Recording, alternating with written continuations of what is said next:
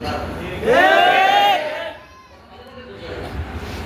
আবু বকর সুবহানাল্লাহ ওয়া বিহামদিহি যে আমরা কোরআনের ব্যাপারে আমরা একটু বলে খুতবা করব, খুতবাই প্রত্যেক খতিব সারা পৃথিবীর সমস্ত খতিবের কথা বলে আর উম্মতি উম্মতি আবু বকর তো রহমওয়ালা বরকওয়ালা দিল হযরত আবু বকর এই লোক বদরের যুদ্ধে ওনার ছেলে তখন মুসলমান হয় নাই, ওনার ছেলে বদরের যুদ্ধে গেছে, উনিও গেছে।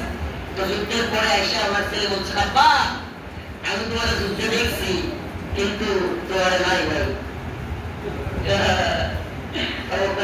আইসা করে তুই তো আমার দেখছিস মানুষ নাই, কিন্তু তুমি যদি আমার সামনে দেখলি তাহলে তোর বলবো আমি বলাই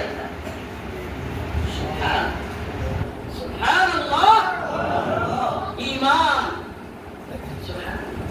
ঈমান এটাকে বলে ঈমান। আমি আমার আল্লাহর বিরুদ্ধে গেলে, কোরআনের বিরুদ্ধে গেলে, রাসূলের বিরুদ্ধে গেলে আমি আমার বাবাকেও চিনি না, আমার ভাইকে চিনি না, আমি আমার নেতাকে চিনি না, আমি আমার রাষ্ট্রপ্রধানকে চিনি না, এটার নাম ঈমান। এটা সাহাবীওয়ালা ঈমান, এটা নবীওয়ালা ঈমান। তারা বলে গেছে ছেলেরা বলে তুই আমার জন্য বললে সাইজ করে দিতাম, মানে কাফের, তুই কাফেরদের পক্ষে যুদ্ধ করতে যাবি, আমার কুয়া কিনা আমার দেখবার টাইম নেই।